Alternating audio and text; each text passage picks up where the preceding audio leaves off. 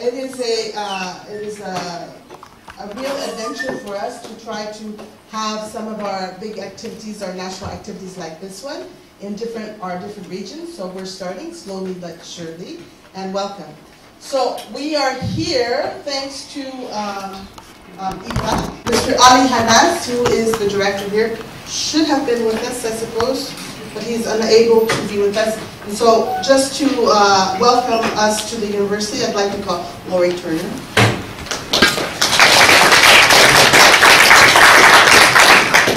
Good morning, everyone.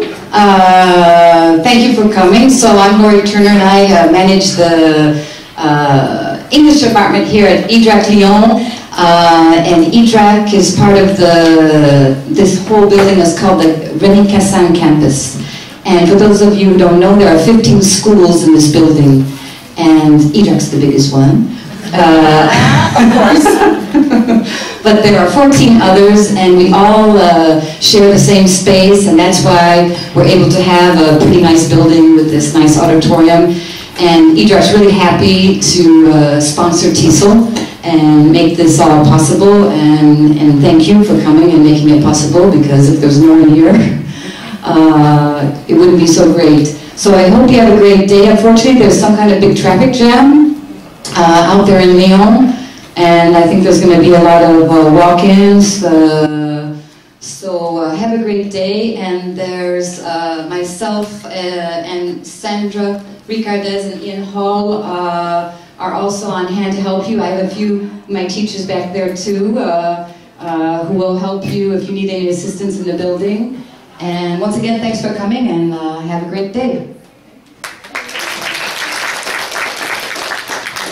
So we are also here on behalf of, thanks to our supporters, Cambridge University Press, British Council Lyon, and British Council France, and EF Education First. Now, I have the real privilege of introducing you to our first speaker, who is Russell. I'll just call him Russell, because we have a little story together. Now, the first time I met Russell, he was, we were both in Spain, in Iada, and we were taking the trains back to Barcelona, to take the train and the plane, etc. So I had a great opportunity of being cozy with him. But he's really incredible. You'll learn a lot, so be ready to write fast. And click onto your computers. If you haven't hooked on yet, there's the Wi-Fi code on the last page of the program. So, but before we have Russell start, Chilla has a little something to tell you, and then we'll begin. So you'll notice that in the program, so we're a little bit behind, but we have breaks, we're going to have lunch, etc. Okay? And I'll see you later this afternoon. So, welcome everybody again. But my little story is a story which brings together Russell, Lori, and TESOL France, and myself. And this is the story how I got involved in TESOL France and how I got involved in being interested in technology and using technology in teaching. The very first time I went to a TESOL workshop in our local branch, in Grenoble, which was led by Marianne Rhino back then, I met Lori Turner, who gave a talk, and she talked about technology, and she talked about Russell Stannard. And I took notes and I wrote down website www.teachertrainingvideos.com, Russell Stannard. He's just been nominated and got awarded with the Elton's Award for Technology by British Council. So I was very excited. I went home and I said, well, TESOL France, this is a great thing because you learn fabulous things there from fabulous teachers. Let's see what's happening on this website. And then I met Russell Stannard's website, and I said, wow. And then I signed up, and ever since, it was, I think, 4 years ago, every month I receive a beautiful tutorial, a series of tutorials to learn about Quizlet, to learn about a lot of things that you will learn about today. And then it just got me engaged with doing research, being interested in how we teach, why we teach, and TESOL France is there to help you with this type of meetings, encounters that can start a journey, and we'll see where the journey takes us. So this is a starting point for all those people who are in this room. And thank you very much, Russell.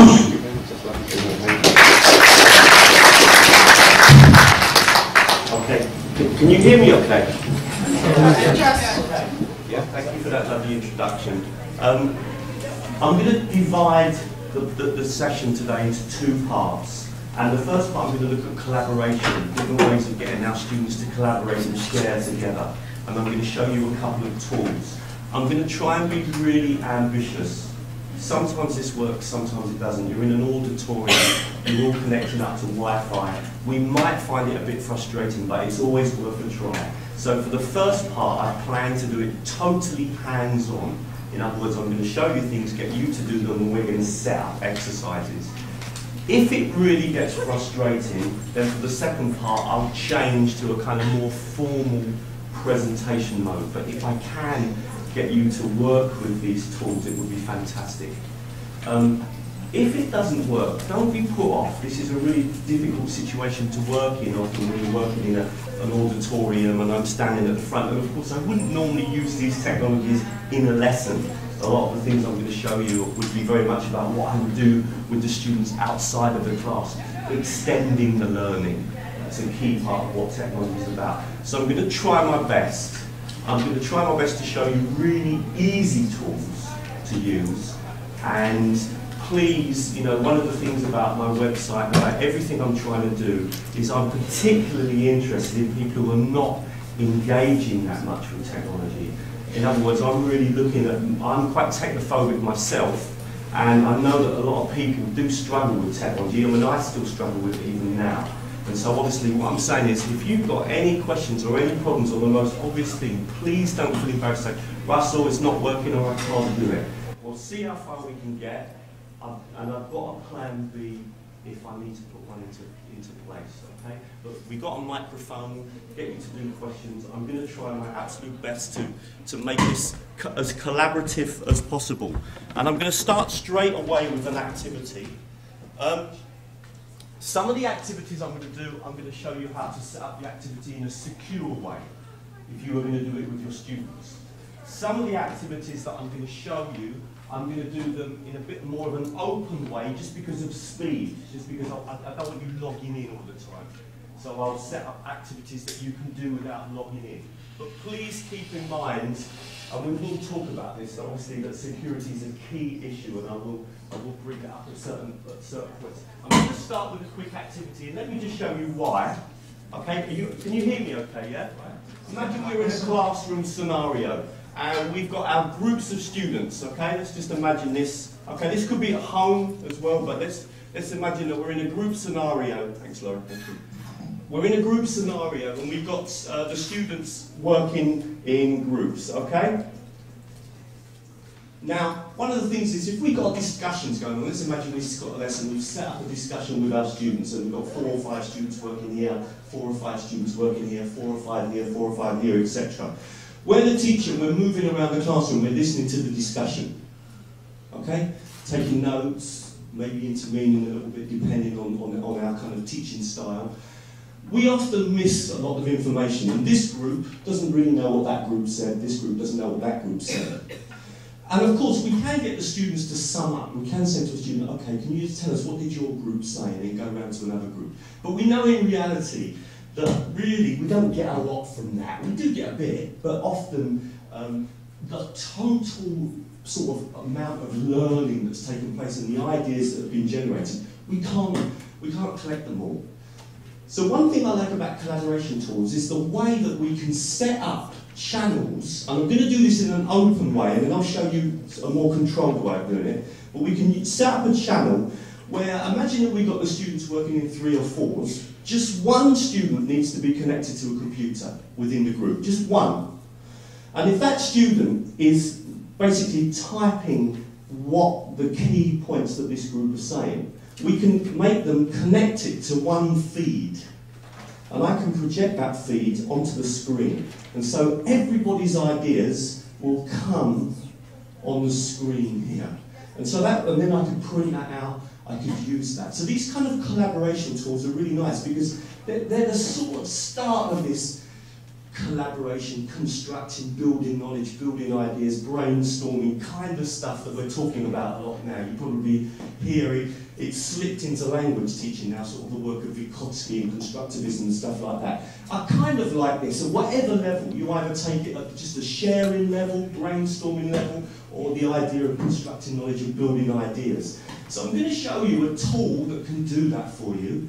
I'm going to do this in a very open way, okay? We're all adults in the room, so rather than set it up as a secure activity, I'm going to do it really, really freely, but I will show you how we could make this more secure as well. For this first activity, can I ask you, because there's some of you sitting on your own, I'd be really interested if everybody could work in, if I was to work in the class with technology, and I'm going to emphasise that I don't use a lot of technology in the class. I tend to be using the technology outside of the class more. If I've got the students in the class in a face-to-face situation, I don't need to use technology. You can even disrupt the lesson. But where I'm more interested in, you'll see today, a lot of things I'm going to suggest about how we can extend the learning outside the class. But can I ask you to work in pairs, at least in pairs? Could you try and sit with somebody, and for each pair of three, just one computer for this first activity. It's not going to work if you're sitting on your own. Can I ask you to work in twos or threes, and just need one computer for this first activity, okay? Just one computer for this first activity. Can I ask you all to log on to that website? I just want you to turn on your internet and go to that page. And when you get there, do not do anything. All right, just go to the page and wait for my instructions. If you use this activity in your class, if you do this in your class, and I do it all the time, then what you'll find is, the first time you do it, there'll be a bit of disruption because the students don't know what you're doing, but afterwards then they'll just use it all the time. I've been using this tool for about 5 years. Nothing I'm going to show you today I haven't done myself in the class, okay? And just to, because I know there's quite a few Spanish teachers in the room as well. I was a Spanish teacher as well, so some of these technologies I've used in Spanish as well as in English, okay? So if you could just please go to that website. When you get to the website, let me just show you.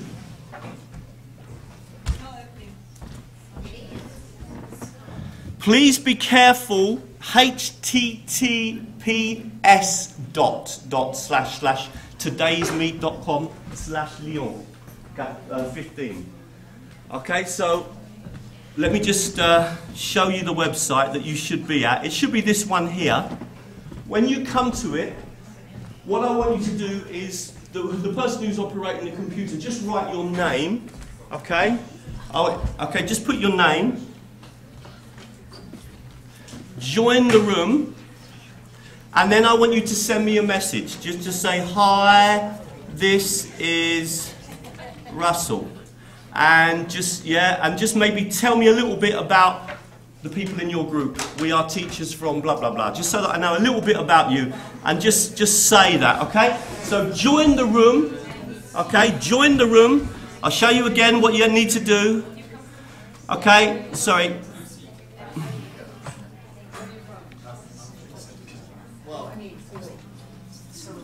All you need to do is join that room. Where are you guys from? Okay, just put your nickname. Join the room, and then just send me a quick message, okay?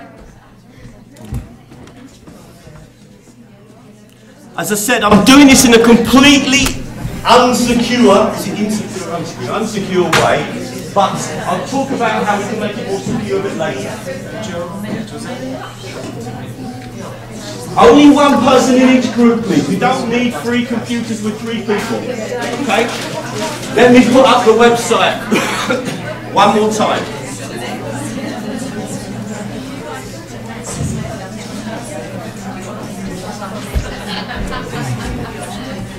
Great, got lots of people in the room. Great,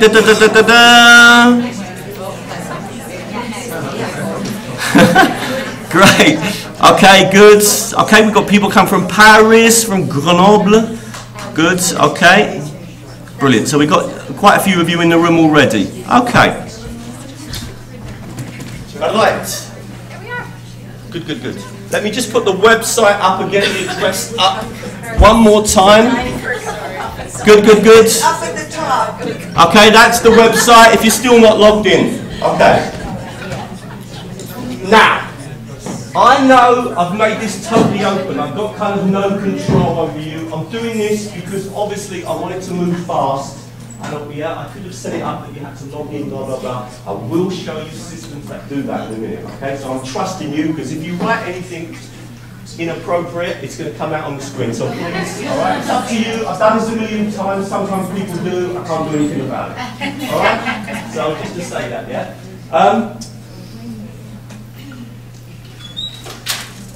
There's lots to talk about technology. You know, there's so much going on at the moment. I mean, to be honest with you, I'm trying to get my head around it all. I'm really struggling with this kind of, where is it coming from? Should it be top down? Should it be bottom up?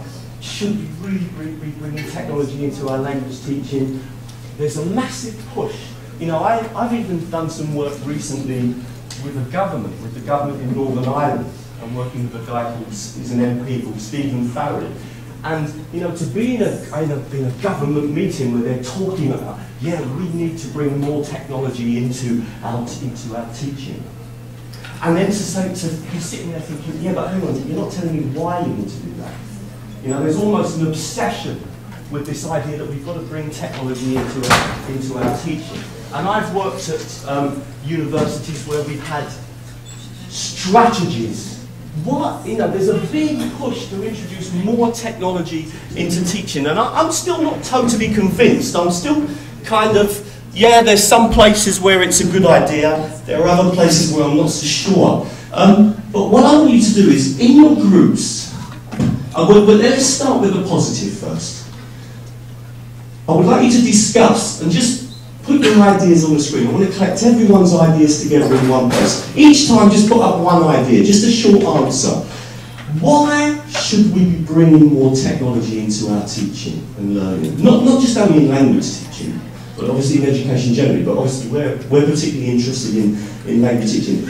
Why? What are the reasons that we should be introducing more technology into our teaching? We'll start with the positives and then we'll think about the negatives. Can you just discuss it with the person next to you, and then I want you to throw onto the screen as many ideas as you can. I want to see what you're thinking about. Why should we be using technology? So can you discuss it, and then the person with the computer, can you throw your ideas onto the screen? Why should we be using technology in our language teaching? Okay, I'll give you a couple of minutes to just discuss together and get your ideas on the screen. Let's see what you come up with.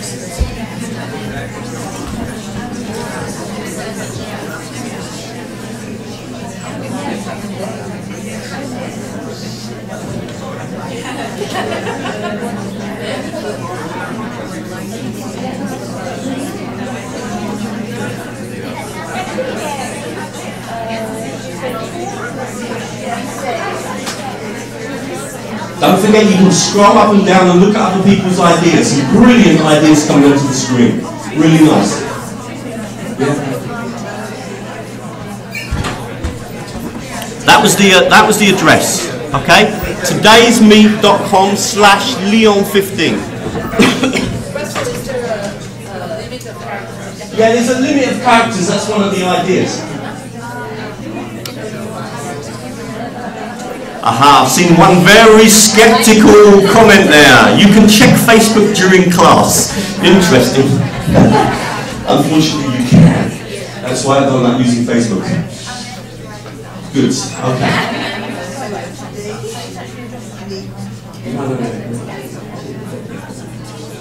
Okay, let's stop a minute, yeah? Let's just have a quick look, okay?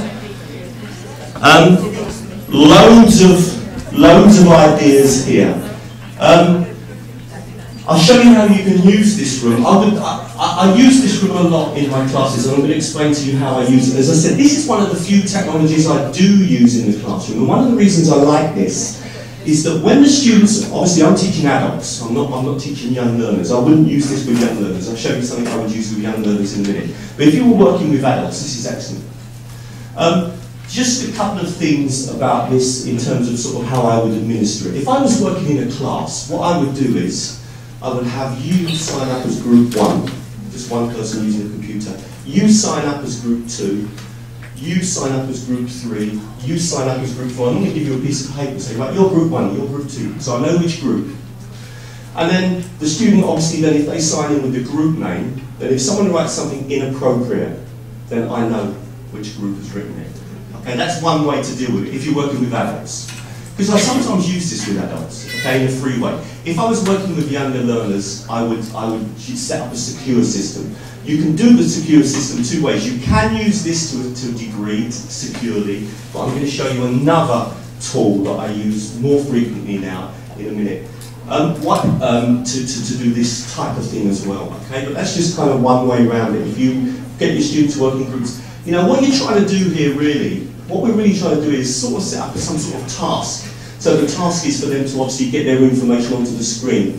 What I noticed about this, and the reason we liked it so much in the class, is that often when the students are seeing that their ideas are coming on the screen and they're also seeing other people's ideas, then they tend to stay more focused on the task. So I much prefer doing this than saying to the students, right, just discuss in groups, which tends to die down fairly quickly. I just noticed that it just keeps the energy. You can easily overuse this, be careful. All right, but it is lovely, say, you know, every so often there's brainstorming a particular topic, just as a great way of getting everyone's ideas together on the screen.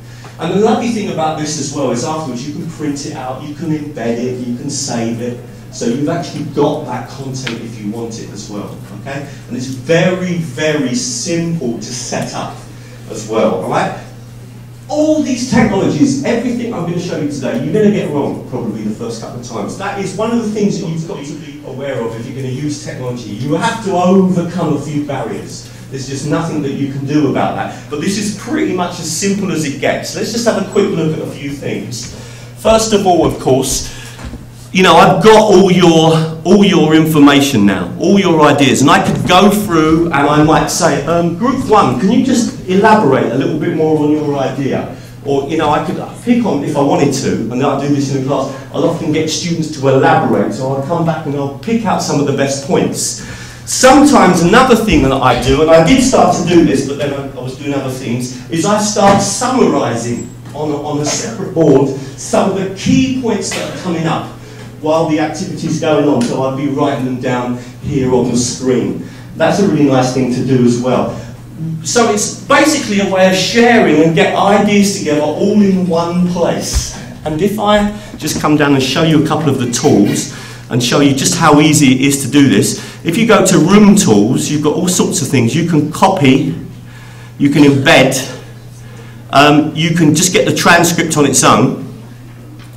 So if you just want the transcript, then you can print that out. So that can be really useful. I mean, for example, if you were going to use this as the basis of an essay, like, so you've done a little discussion in class, you've collected everybody's ideas together in one screen, you can then print that out, share it with the students. They can access it from home, and then they can make use of it. Now, just a couple of things. First of all, everything I'm going to show you today, I've already made videos of how you do it.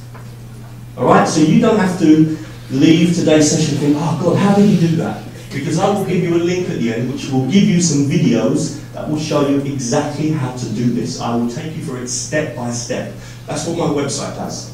It has videos, step-by-step videos that take you through all these technologies. But I'm going to show you just how easy it was for me to do that, all right, just very quickly. And then I'll throw out and see if anyone's got any questions, okay? I didn't sign in. I just did it as quickly as I possibly could. I literally set up a room. So how did I do that? Let me just show you. So all I need to do is I go onto the website todaysmeet.com and I just give the room a name. I just choose a name from my room. So I'm going to call it Lyon. And what will happen is it will tell me, yes, you can use that name, or no, that name is not possible. Okay? If it's not possible, it means someone else is using it. It's just a feed. This is just a very simple feed. So if I write in Lyon 15, or sorry, I forgot you got the. So if I write Lyon 15, it's going to tell me no because I just used that. But if I create a new address, let's try Lyon 16, then it says yes, that room is available. So I just choose a name, nothing else. And then I choose how long I want the room for, and I can keep the room up to 1 month. Now, if I'm signed in, I can keep the room for a year. All right, so the room will eventually disappear anyway. Okay, so let's imagine that I decide I want to keep the room for a week, because maybe I want the students to, you know, to do some work at home on this. I simply click on open the room. The room is open, and I just share that link with my students and just say, okay, everybody access this room, and then they all come in, and you saw when you come in you have to join and then you say something. It's that simple. So a really nice tool to use in your classroom if you want to get some discussions going. Let me go back to the Lyon 15. Sorry, that's me, because I forgot that on here you have to do it with the... So just come back into Lyon 15. Okay. So loads of ideas here. I said I could print these out. I could ask you I could, you know, some really, really interesting points here. Okay, I'm going to talk about one or two things before I move on. I think if you were to go kind of, one of the things that, for example, when I was in this group in Northern Ireland, and a couple of other meetings that I've been to, where we've actually had employers coming in and discussing also the needs of why we need to introduce technology into the classroom. And I think that is one of the big ones. There, just a sort of couple of people, if you were interested in this subject, where some of the discussions are going. A really interesting guy to look out for is someone called Tony Wagner. I really like Tony Wagner's work. You can find him on YouTube. The funny thing is, Tony does the same talk. I'm talking as if I know him that well. I don't know him that well. I'm going to see the prison one, sorry. But Tony Wagner does tend to do the same presentation all around the world, but it is really interesting because what Tony Wagner's done is do big research into organisations, probably particularly relevant in a place like Lyon, where you've got a lot of high-tech companies working in the area as well, because obviously that's where he's been looking at. And just looking at the needs of those companies, okay? And, you know, one of the really interesting things that he's saying, this is a little bit shocking, but it's something worth to think about, and I've seen him present this as well and talk about it, is that, you know, we really need problem solvers. That is one of the big shifts in the way that the world that we're coming into now, because the world moves so fast that the students or anyone employed is going to continually be coming up against challenges all the time. And he kind of feels that that's not being reflected in a lot of the teaching and learning that we're doing in the classroom. We tend to like things to be smooth, if you think about it. I mean, even me now, you know, if just one of you can't get on the website, then of course I'm over and I'm trying to help you, and it's all of it, you know, that is the kind of, we kind of feel that urgency that it's all going to go so smoothly. And what he's saying is that that's a real problem. Because too many students are not prepared for the big bad world, where actually, because of the pace of change and the pace of the development, particularly of technology, people are continually becoming under new challenges. In other words, even if you stay in the job, the same job, that job changes in terms of how you do the job, etc., etc. Now, I don't know how true that is. If I think about myself, I think it really is true. I think my own job and my own situation has changed massively. Whether I've stayed in a job and that job has really evolved and changed in terms of the knowledge set that I've needed, but also if the other thing, of course, that we all do much more now is we shift to different jobs all the time. Because of that as well, another thing that perhaps comes out of that, and something that's massive to us in language teaching, is the importance of autonomy, encouraging our students to be more autonomous learners. We know that there's a lot of stuff out there now. And, you know, if we can engage with our students and help them to develop and to become more autonomous and make use of this technology, then we can, you know, they can make massive inroads. I mean, I speak pretty good French, and I've only spent 6 weeks in Antibes. How did I learn French? Well, I learned French a lot of it on the internet. I do a Skype with a teacher, and I've got News in Slow French and Français Facile, a radio program that I listen to every day. And you know, it's incredible if you do kind of learn how to learn the language and learn to be more autonomous, just how many resources are out there on the internet. But he's certainly someone worth looking at. So he's really saying that some of the ways that we're teaching and the types of teaching we're doing are kind of out of kill with the demands of employers. Of course, that's not the only reason we're training students, but it is something to keep in mind, okay?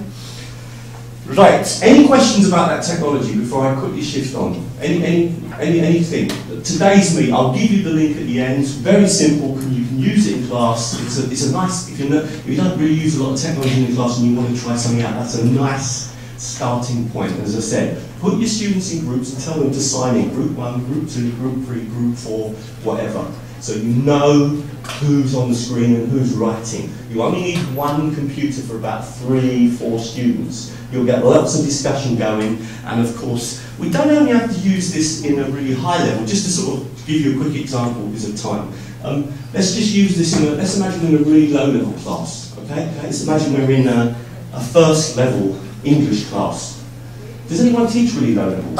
Or is it mainly business? We've got a few. So is it a lot of business English here? Can you put your hands up if you're teaching business English? Right? I know that's often the case in France, yeah. Okay. We'll do an example, perhaps we'll do a couple or use it. I want you to think of all the fruits you know in English, but you can only write one fruit each time. Go.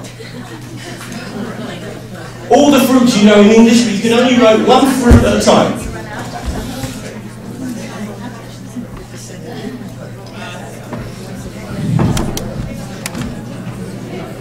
Okay, you get the idea, all right?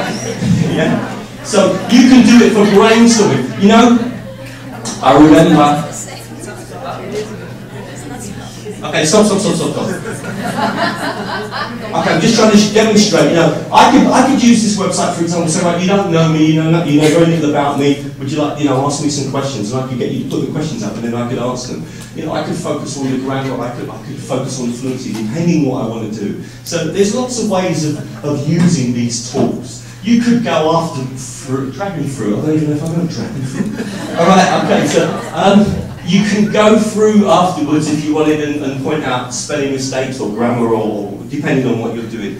My thing with this generally is I use it more for fluency than I do for kind of focusing on sort of accuracy. Right, next thing that I'm going to do, okay, is I'm going to show you a tool. I've tried to show you the tools that I've got the most feedback from the website. So there's about 300,000 teachers use teachertrainingvideos.com every year, and about 21,000 people sign up to the newsletter. So I get a lot of feedback, and I really do try to literally engage with anyone that emails me. And teachers will email me. For example, last week, and someone mentioned it just a minute ago, in my last newsletter I mentioned a tool called Quizlet, which I'm going to show you today very quickly in one of the sessions. And immediately I had loads of feedback from people saying, Russell, this is fabulous, blah, blah, blah, blah, blah. And I'd made a set of videos just showing teachers how to use it. So and then I do a yearly survey. So I know what the most popular tools on the website are, and those are the ones that I'm going to show you today. Today's Meet was really popular when I first came out and showed that website, which was probably about 4 or 5 years ago. They just updated Today's Meet. I'm going to show you something called Edmodel. Now, some of you might know Edmodel, but maybe not to the level that I'm going to show you, hopefully. The amount of feedback I get about Edmodel and about the usefulness of Edmodel, and what I like about Edmodel is, first of all, of course, it's free. It's growing, so it's really established itself as the kind of #1 virtual learning environment. And I call it a virtual learning environment. It kind of does two things. It is like a cut-down version of Moodle. So it's a virtual learning environment, okay, a virtual learning environment like Moodle or like Blackboard. But it also nicks a few things from Facebook. It uses the wall. And that is really powerful because I've noticed that the students really pick up Edmodel very quickly. Okay? Now the other nice thing about Edmodel is it's secure, and it's secure in lots of ways, and I'm going to try and demonstrate those to you today. Hopefully for those of you in the room that do use Edmodel, I'm going to take it quite going to show you quite a lot of the features. I'm going to show you how to do quizzes, how to do polls, how to set assessments, how to give feedback. So I'm really going to show you this tool because I think of all the tools that I ever train teachers in, though initially at the beginning, for the next 5 minutes we're going to have problems because you've all got to log in. Once you've overcome that, you'll start to see, wow, yeah, this is really useful. Particularly if you're working in an institution, two contexts. One where you haven't got a virtual learning environment, you haven't got a Moodle or a Blackboard, but even so, you can still use it because it does different things. But if you're doing private lessons or you're working in, yeah, especially if you're doing private lessons, then this can be really, really useful tool. I'm going to quickly show it to you and then we're going to try and set up and work with Edmodel. And let me just start by kind of showing you the interface. As I said, just like with today's meet, we're going to have trouble the first time, but it only happens once.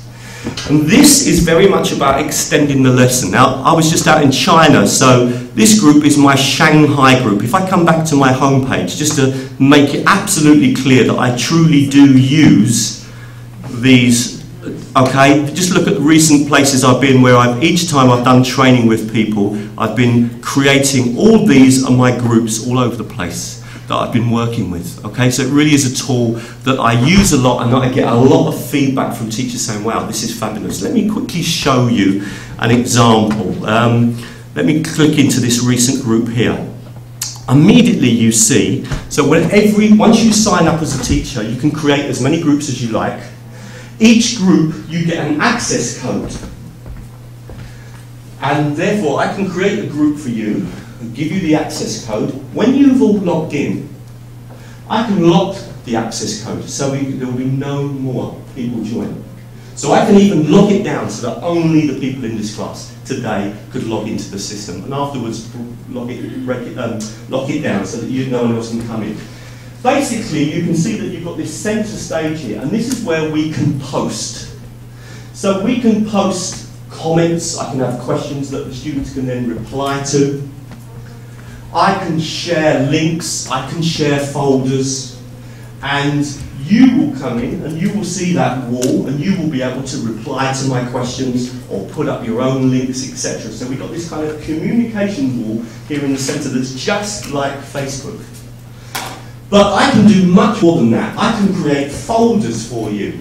I can see all my members in my Shanghai group. I've got 24 members. I can see I've created folders for them that have got links to videos, to documents, to PDF files, etc. that I want them to access. So for example, if I wanted to, if I was teaching a group in Shanghai every week, I could have a folder for week 1, week 2, week 3, or lesson 1, lesson 2, lesson 3. I can create content. And even more powerful than that, here I can track the students. I can track the students that are on Edmodel. I can track when they've posted an idea. I can track when they've replied. I can even track when they've completed a quiz, when they've done an assessment, when they've completed a poll. I can create all sorts of learning stuff for my students to access at home, and then I can track those students. Let me just show you some of those features. So at the top here you can see quiz, poll, and of course I can just type in a discussion here immediately and just add it, and I can add a link and I can add a file, and I'm going to show you everything in a minute. I've got my folders that I've created for the Shanghai group, and I've got these folders here, including one on today's meet and one on how to use Edmodel. I'll be doing the same with you today. Okay, so that they can access those, for example, if they click on the today's meet one, it's going to be a link to a video that shows them how to use today's meet, okay? So that would be useful for you guys. I can go to my members and I can actually click on any individual member. Now I only actually was working with this group in Shanghai for one morning, so how much work they actually did will probably be very limited, but I can click on an individual student and see what contribution that particular student made in terms of any posts they did. So this student only made one post, as I said, I was only with them a couple of times, but actually she replied to lots of questions. So I can see that as well. So I can track my students. Now even more interesting than that is that I can track on a broader scale. I can create quizzes in Edmodel, and I can create assessments in Edmodel, and I can actually go and look at any particular group that I've got. So I'm going to show you this here now, the Shanghai group, and it will actually show me all of the things that I've set up on Edmodo, what's been turned in, what I've marked, what I haven't marked, anything that's a quiz is automatically marked by the system, and it tracks all the results for me. It's useful, I promise you. It does take, and I want to make a point why I like this tool so much. Let's just be absolutely clear about this. Those of you that follow my work and stuff, you know, I'm getting more and more to the point now that it's the big technologies that I can learn, and that don't offer me just one thing, but they offer me lots of different things. You know, you can do a lot with this site. We're talking here about the way that you manage your courses, the way that you organise your information, the way that you can track your students. Now, initially, it takes some work, but afterwards, it makes your life really easy. Because, you know, you can just go on and track the students, see how well they're doing, whether they've completed all the exercises, etc. And incredibly, it's all free. So, we're going to have a bash with Edmodo, okay? I'm just going to take you through a little bit more, and then we're going to actually set up a group and try to get you all signed in to Edmodo. If I put the microphone down, can you still hear me? Yeah? Okay, so let's just go back again. Just want to just show you a little bit more about the actual website. So you can see all my groups here. So I can click into any group I want to work with. Okay? And let's say I want to share a link or something. Yeah? So I might say, this is interesting. And then I'm going to share a link to something, or I'm going to set a question that I want them to answer. So I might say to them, sorry, it's the, did you do at, it's because I don't look at the keyboard, yeah? It's definitely weekend, all right? Where's the question mark? Oh God, you know I wanted to put a question mark there, yeah? Okay, so I can even, and this is one of the really powerful things, because I'm logged into Shanghai, it's automatically going to send that to Shanghai. It's automatically going to send to all my members of Shanghai. But if I wanted to send that question to another group as well, I could start to type in other names of other groups, and it will try to find those groups for me and say to me, okay, do you want to, for example, Norwich Blended? And so I could send it to that group as well. So if you've got 5 or 6 groups, or you've got 5 or 6 business classes going, you can, and you've got something that you want to share with all of them, you just simply put the names of all your groups in, whoosh, and off it goes to them. I can even do something where I can write, I can send it to individuals, but I can also do this. I can actually write all my groups. And now, whatever I'm going to send, whether it be a link, a file, a video, a PDF file, a Word document, a PowerPoint presentation, it will go out to everybody, whatever I decide to link to. So this wall is really powerful. One really important thing when you work with Edmodo, and this is very important in terms of the management, the first rule I want you to remember, Edmodo distinguishes between somebody replying to a question. In other words, someone adds up a question on the board and then other people reply to it, just like in Facebook actually, it's the same thing. Replying and posting. And that is the way that it's going to track. It's going to look at when students reply to other people's questions, but also when you posted something of your own. And then it's also going to track your quizzes, and it's also going to track any assessments that you send. Okay? Now you've got full control over the students here. You can change the password, you can kick them out of the class, you can delete any comments you don't like. Okay, so you've got full control over your students in terms of security as well. You can change the password, you can lock the classroom down. You've got lots of ways of making sure that only the people that you want in the room are the ones that are in the room. And it's very easy to use. You can see that I've just created a question there, and I simply click on the send button, and that question is now posted to all those students in all those groups. Go on. When you say send, is this, can you also connect this to email so students receive a notification by email, or do they have to be logged on? No, they need to be logged into Edmodo. No, that's the system. That's what you're coming on to, okay? It's an interesting question. I don't know about that. Originally, I used to like that idea because I run a lot of courses on Moodle, but now I've locked it all down because I get fed up with every time somebody writes a message on Moodle, I get an email. So I don't actually like that anyway, myself. So for me, it's not something I'm missing, but no, you can't do that. So, you know, I can share files, I can share links, I can share any library content, and we're going to talk about that, and anything can come on.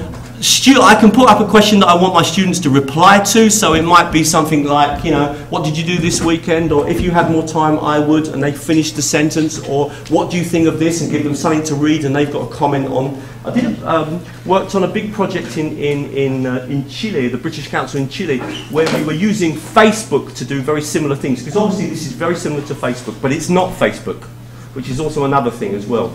As the comments from someone else said earlier, of course, is that when you're on your technology, of course you could still open up your Facebook account anyway. There's nothing we can do about that in a way.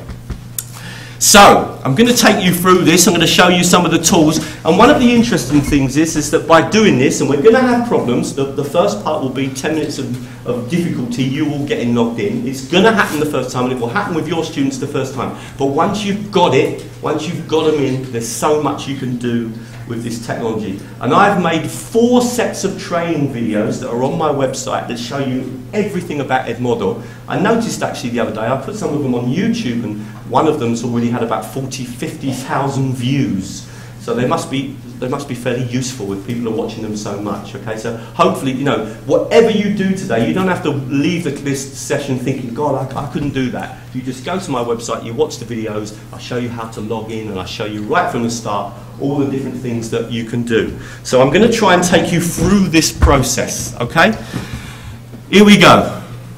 So I'm going to click on Home. The first thing I'm going to do is click on New Group, and I'm going to create a group, and I'll call this group Lyon. And it's going to ask me the subject area, and it's going to be computer technology, and we're all higher education. I'm going to click on Create. The group is now going to ask me what's the expected size. I presume that is simply so that Edmodo's got an idea of how much capacity to offer. And I'm going to say 26 plus, because there's a fair number of us in the room. I'm now going to click on, give it a quick description. So I'll call it training day. Oh no. I'm going to have to think of words that haven't got A in them. So well, I haven't got a clue how you do that. I told you I'm technophobic. Totally technophobic. If you want to come down and do that for me, brilliant. Please do. Okay? Finish. Okay? I told you I'm technophobic. Please, people don't believe me. All right? I spend hours learning these things. You can't believe how long I've... Yeah? If you go down to the bottom and click on where there's an FR down on the bottom. FR. Right. Right there at the bottom. All right. I'll do it in a minute. Okay? I'm in full flow now. So I'll definitely do that in a minute. I'll come and speak to you. Okay? Right. So... Okay, here we go. That is your passcode. Your passcode is 29UDDS. Let me just put it on the screen, up on the screen, all right? That is your group code. We've got a group called Lyon, which at the moment, okay, so I'm just going to put that in. 29UDDS, and that's in lowercase. Now, today, I want you to log in as students, so that you are going to see what it looks like for the student and what it looks like for the teacher. So how are you going to do that? Well, I'm going to log out. In fact, what I can do is I can jump to another, this should work. Just quickly put that onto the screen. I'm going to write Edmodo.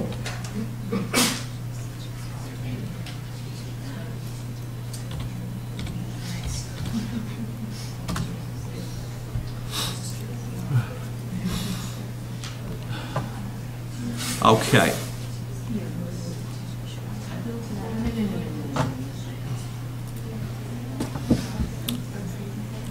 There's an app for this as well, all right? So obviously today you're students. So when I click on, I want you to come onto Edmodo, and let me explain, and this is really important, all right? Let me just be clear. I want you to come on here now. It might be fine if you just, you know, one of you logs in a group of 2 or 3. It'll probably work better that way. You're going to put the group code, which is 29UDDS. You're going to put your surname and your name. And then you've got to put your nom d'utilisateur, which basically means that has to be unique. That has to be, for example, mine is Russell1955. you've got to give yourself a unique name that Edmodo's going to remember you by, okay? So let's just go for it. Put the group code, put your names, put a kind of name for yourself, which is the one that Edmodo's going to remember you by. That has to be unique. That's always the thing that annoys me. Alright, because people say, oh Russell, I can't log in. Normally it's because you're using the name that someone else has already used. So if someone tries to log in with Russell1955, it wouldn't work. Email, you do not have to put. Remember, you are students, and we're looking at security here, so you do not have to give your email address. Okay? And you will need to put a passcode. My suggestion is, for today, because this website is just simply for the practice, that you do a really simple passcode for yourself. Absolutely something minimal. It doesn't matter if you forget it next week and you want to come back on the site, you can email me and I can reset it for you, all right? Which happens all the time. But that is what I'd like you to do now, as many of you as possible, to try to log on to the group that we've created called Lyon. And I'll come around and help people. We've got 5 minutes to do it, okay?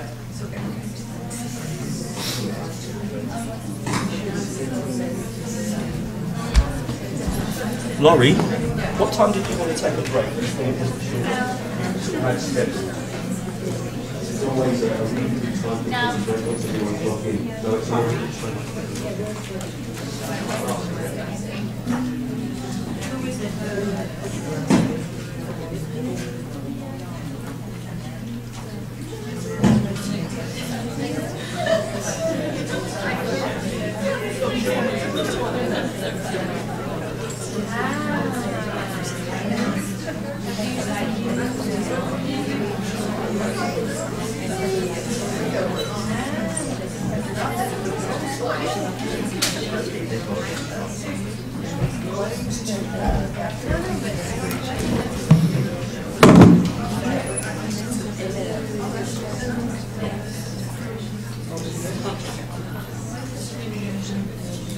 I've already got 21 people logged in. That was quick. Well, impressive. Well done. I think that's the fastest I've ever seen. 21 people have already logged in. Amazing. All right. So I'll just put the information up again. Don't forget the group code, your prénom and your nom, and your nom d'utilisateur. I don't know if that's any good. And your nom de passe. Yeah. Right. So at least then it's on their phone and it's easier to Then it's right, okay. Good point. access the app, Yeah. to access Facebook. Yeah. Good. So you're a big user. I tried using it, but I was just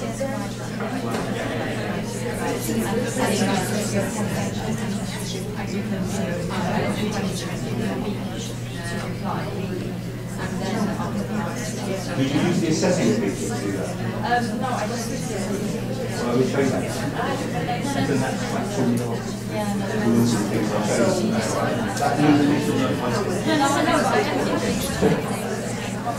Okay, let's just have a quick look. I'm just going to refresh the page and just show you now, just really quickly, a few simple activities that we can do. Right, a lot of you have gone straight on and written something, hi, good morning, blah, blah, blah, blah. Great, so I've got lots of people, and I'm just talking to people, I'm quite aware that some people have already started using Edmodo, which is great use. And of course, you're going to have different experiences with using it. Just talking to someone that says, yeah, in certain groups it works really well, in others it doesn't. Obviously, I'm not saying it's a complete solution, but it is something to really look into. I'm gonna set up a couple of things for you, okay? The first thing I'm going to do is I'd like you to reply to this. I'm simply going to set up a questionnaire. Coffee hasn't arrived yet. Yeah, exactly. So tell me. Oh God. Can someone come down and show me how to? What do I do if I want to reset the? Hang on a minute. Tell me. Bottom. The FR there. FR here. Right. No, next one. Here. Wonderful. Anglais. Wow. Okay. That was easy, wasn't it? I'm really glad I'm doing that because people never believe me that I know nothing about technology. They'll say, oh, you must know loads, you do all these videos. But no, I mean, you know, you can never know everything. No way. Right, so let me test this out now. You telling me this is going to work like an English one though, yeah? Yeah, even though it says Q, it's going to do an A. Yeah, let's give it a bash. Yeah, tell me. Nah.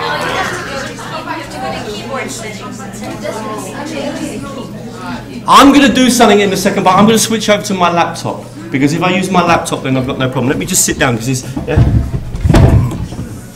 Tell me about... How are you?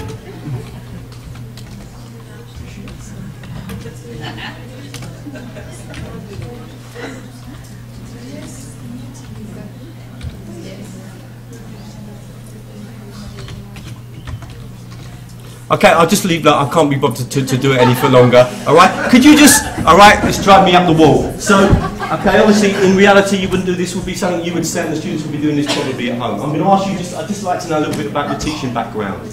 So, where you've been teaching, how long, what languages, where you work, etc. It'd be just interesting just to know a little bit about you. Now, one thing, when I send that to you, don't forget I'm logged into your group. I'm logged into Lyon. So if I send that, that's going to come to you, all right?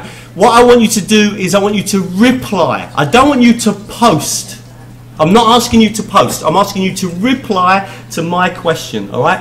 And I want you to do that because I want to show you the difference between posting and replying. So you're replying to someone else's post because Edmodo tracks them differently. So that's the first thing I'm going to do, and I'm going to send that to you now, and you should receive that in a few seconds. Sometimes you need to refresh your page. Yeah, just refresh the browser and it will load again. And I'm also going to do a poll. So I'm going to click on poll, and my question is, and I know where the A is now, have you used the M's also in a different place, model, before? I've even found the question mark. There we are. Okay. Right, and the answer is going to either be yes or no. Okay, so I can do little mini polls, I can do quizzes, I can do assessments. Did you see how easy that it was for me to do? And again, I'm going to send, I can add more answers. I could have don't know. Okay. I'm hoping in this case it's clear, so send that to you now, all right? So you've got two things to do. One, to give me a bit of feedback about your teaching, where you teach in France, what you teach, what languages, what institution. Just be interesting to know a little bit about you. Gives me a bit of an idea of the audience I'm working with. And number two, could you answer that poll question? Give you 5 minutes to do that. Please write a little bit more. Yeah, it would be nice if you did add a little bit more, yeah?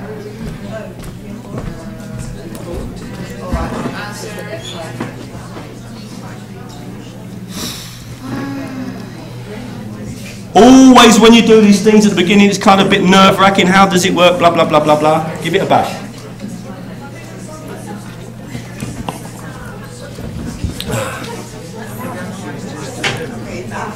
Four of you have posted to the script. Good. Okay, so we've got people. I wanted you not to post.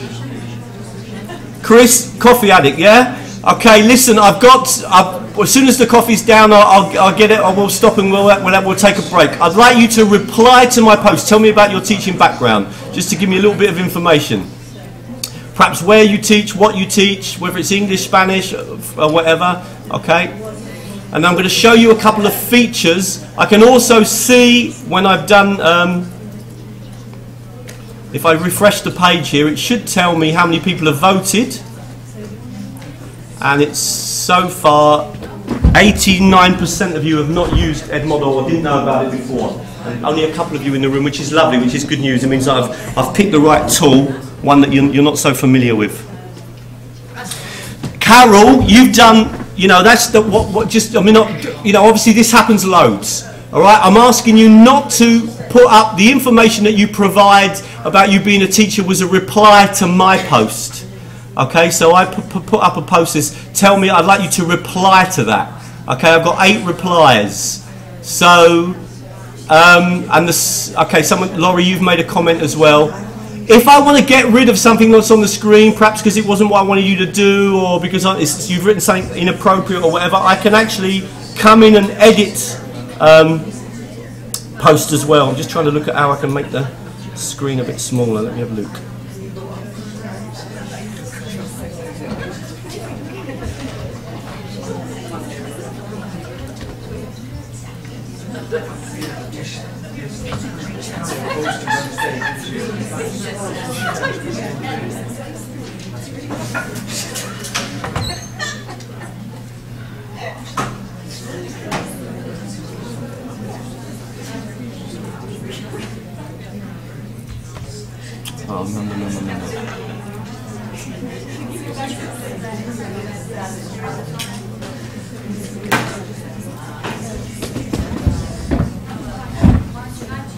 Okay.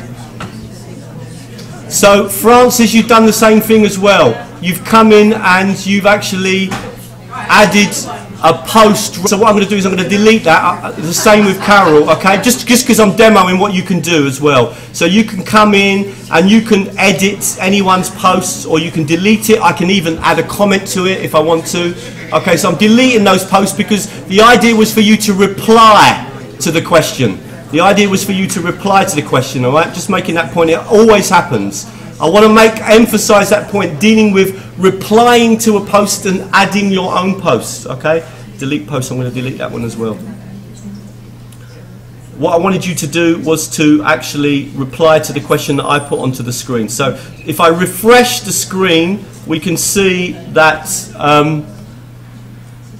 the same thing. Out of 32 of you are now actually on the system and or have answered that question so far, so I can see exactly what the okay, and then I can come down here, and this is where I've asked you the question, and I've got 26 replies where people are explaining to me their teaching backgrounds, etc., etc. Okay? No. Share is something different. Yeah, no. Reply. Where's post? Post is when you just write something at the top of the screen. Okay? Good question. All right, let me just make that clear. And again, I know it might, for people that you're really familiar with Facebook, it's going to seem obvious, but it is an important point, and it is. I want to make the point because Edmodo distinguishes. Look, just to make that point again, this is where you post. You simply write something at the top of the screen, and as a student, you can share a file when you post. You can share a link when you post, and you can share something from the library. That is posting. Replying is when someone else has written a question on the screen and you reply to their question. Okay? We did a very big project in Chile at the British Council with students where we were trying to encourage them to do some really kind of basic writing activities. And we set up a series of activities that they had to do each weekend. And it was just to encourage them, they were low-level students, just to encourage them to start doing some writing. And we did things like read and react. So we might give them, and I'll show you in a minute, you can do that, yeah? We might give them an article to read, or it could even be a video to watch, or an audio to listen to, and then for them to react to it. Okay, so you can post something, and then the students reply to that. In the second lesson part, I might try and see if I can get on Facebook and show you, because it's still going on at the moment. So that will be something you can do. Another thing that you can do is complete sentences. So for example, particularly useful if you want to do little mini grammar structures as well. Obviously we can use this for a lot higher level stuff. I'm going to show you that in a minute. I'm just showing you some of the basic ways that we can use the wall. So it's really nice for kind of completing sentences. So for example, at the weekends or if I had more money, or if I had more time I would. And getting the students to complete the sentences and use particular structures. So we did quite a lot of practice that. We did quite a lot of things where we had sort of what's your top 5 and why. Okay, or something, so top 5 films, top 5 actors, top 5 whatever. We were just doing lots of little activities where we were trying to get the students to kind of interact with the website and model and just get them, and we would set these up on a Friday evening and just see if we could kind of get the students to be using the wall. And in most cases, it was, what we're trying to do here is replies. So we're putting up the stimulus. A lot of the times we use pictures as well, so put up controversial pictures or pictures to get some kind of discussion going. And it went up and down like a yo-yo. Some weeks you'd get loads of posts on a particular topic, and in other weeks you'd hardly get anything. I'll show you a little bit the sorts of things that we did. And we actually made a huge list of potentially types of activities that we could do with our students. As I said, some worked, some didn't. And that's one way you can use the post site. Okay, so we got, as I said, replies or posts that we can put up. We can put up quizzes. So we've had a quick look at replies. I'm going to show you posts now, okay? Just show you a little bit about posts and then show you sort of different ways that you can work with posts.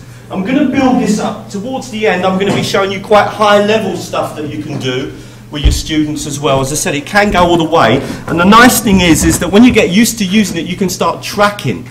So for example, if you want to share, we've looked at replying. What about if you want to create a post yourself? Okay. So for example, if I wanted to show you my website, I could write Russell's, okay, all right, websites, okay. You know that there was meant to be one of those funny things there that shows it's possessive, yeah? Okay, right, and I'm going to click on the link here, and I'm going to add my website. So I'm going to write in teachertrainingvideos.com. Okay, nearly got there. Look, it was only the last one I got wrong. .com. All right. Now, this is a bit tricky. This is a bit quirky. I can imagine they're going to change this in the future. But first of all, what you need to do is you just simply write the address in here. Then click here, and it will grab the title of that web page. Every web page should, if the program is written in, it should have a title. Okay, so it's now picked up the title that sits at the top of my web page. You can overwrite that if you want to put something else. Now, all you're doing, you've written the thing, I've written Russell's website, and I've now added a link. And all I need to do is attach them together. You have to attach them. So you then click on the attach button. So it's a bit quirky. This is one of the things I don't like about Edmodo. Okay, you add a link, you write in a link, you click here so that it grabs the title of that link, and then you click attach. And what it does is it attaches that link to whatever you've written in your post. And then you can send that, and again I'm going to send that to you. So I just click on send. And that will appear on the screen, and after a few seconds what should also happen is that it normally will it will either bring this up here, or it will often show an image from the page that you're recommending. So what I want you all to do now is I'd like everyone to share one link of one website that you find really useful in language learning, so that we can share. Everybody can be sharing. Any can either be teaching Spanish, teaching French, teaching English, I don't mind. I might put up one or two as well. We do not reply. Sorry? Not reply. No. Now I want you to do a post. This is your posts. People can reply to your post. I want you to post, everyone to post one link to one website. Can you just explain what the website is? So this is a website for learning vocabulary, this is a website for practicing writing, this is a website for blah blah blah, and then add the link to the website. Can I get you to do that now? Okay? Can you share one link to one website? Please explain what the website does, because it will help the other people, because this could be quite useful.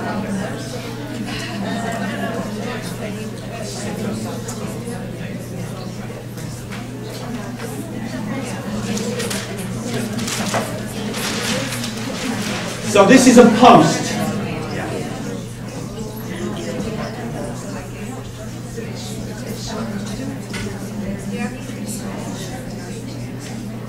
Write about it. First, write about it. So this is for blah blah blah, and then add link. Again, it's for practice. It's for practice. Okay. This is a great way, for example, if you want to recommend websites to your students, then you can obviously do this by just sharing links with them. If I refresh the page, hopefully, I will see that people have started to add new posts. Okay, learning with songs. So many Facebook images include links. I'm not sure if that's the case anymore, because so many people now use images, but certainly at the beginning it was like that. So again, you've seen here another example of the way that you can share something on the screen here. And again, you'll notice that me as a teacher, I could come in, for example, and if I was unclear about something, then I can always add a comment. So I can come in and I could add a comment to any, so I can click on edit post. If I wanted to write in, can you tell me a little bit more information, blah blah blah, I can actually come in and leave comments on a website if I wanted to do that as well. Okay, so you only as the teacher can do that. You can delete students' posts, you can edit their posts, and you can share their posts as well, which I'm going to show you a little bit more about later. So that's another thing that you can do with this website. All right. So the other thing that's powerful in terms of the way that we're using it at the moment, and I just want to show you this, we've got 44 of you now logged on. If I click into the members, okay, I can now look at all the people that are on the site, and I can actually look, for example, at students' progress. So I can click on the student and see, well, okay, what have they posted or what have they added? Now, obviously, at the moment, we haven't actually added anything into assignment, so it's not showing anything. But I can track students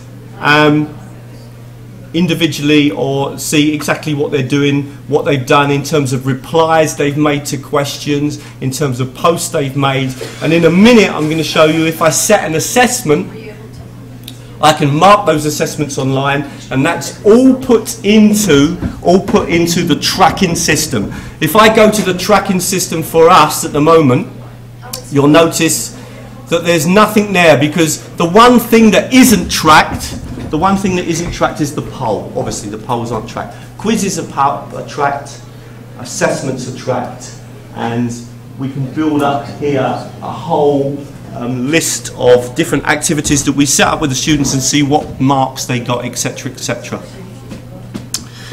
Right, listen, I'm going to stop there because I'm also losing my voice. All right, so just because of time. So if we start again, how long was we going to take a break for? Was it about 25, 30 minutes? About half an hour. So let's stop at this point, okay? And we're going to come back and we're going to take it a little bit further. We're going to start to look at how we can create folders that we can share with our students, and we can put videos in there and PDF files in there, etc. We're going to look at how we can assess with this website as well, and how we can set up assessments with it. And then just look at a couple of the extra functions like the calendar. And then what I'm going to do, if I've got time, is I'm going to shift over, and in the second part I'm going to look at developing fluency. Now, I don't think we'll be able to do hands-on with that part, so I'll keep that fairly short. I might do about a 30-40 minute demo at the end of some of the work I'm doing fluency development. Okay? Is this helping you? Yeah? Is it, yeah? It's okay, yeah? Okay, you find it useful, yeah? Okay, so it's so hard to know what to do and what to choose, and obviously there's so many tools. I was thinking Blogger, I was thinking Google Docs, Edmodo, blah, blah, blah. It's such a difficult thing. Just before we break, has anyone got any questions so far? Is there anything anyone wants to clarify with me? Is that all making sense? Is that right? Yeah, go. Here, there was a question over here. Yeah, go. If you have email notifications, yeah. And I think you can. Right, okay. You know, obviously there are plenty of things I don't know about how to you get good at the things that you use. So is that something you can set up within the system? Students in a small group got notification of every new post in the Aha. Right. Go on, make that point. So could you in the break quickly show me how you do that, and then I might demo that to everyone, because I mean, you know these tools have got lots of things in them, and I'm not trying to say that I know everything. I mean, I can only show you what I use, but you can see I use it a lot. Yeah, so that's really good. I'd be interested to know that. I understood that you worked with a group and then created this on internet. Yeah. And I was just wondering, is there another, like for instance, in terms of like a learner, could a learner try to associate himself with the group? How would he get into contact if he wanted to put himself into a group that already exists? Right, you obviously, that's up to you as a teacher, because what I could do now is that I've got you all logged in. I could lock the class down. Nobody else could join, only the people that are in this room. If you wanted another student to actually enter the room who wasn't in that group, just simply give them the password. So it's all teacher initiative. The students are kind of manipulative. Yeah. But the students are obviously could. Well, I mean, the amount of control is going to depend a little bit on how you want to work with your group. But what you can do is you can lock your group once people have logged in for the first time. So I can lock the group now. And that will mean that no new people could join. Only you could ever log into that group from now on. Okay? If I wanted other people to log in, well then I could not lock the group, leave it open, share that password just as I did today with other people, and then they can join the group. Yes. So that's entirely up to you. Mm-hmm. So there's a lot of there's a lot of control in the teacher's hands. Yes, and that's really important for obviously for younger learners. Not so important for adults, but with younger learners that might be a concern. Yes, that's true. Yeah. Okay. Any other questions or comments? Good.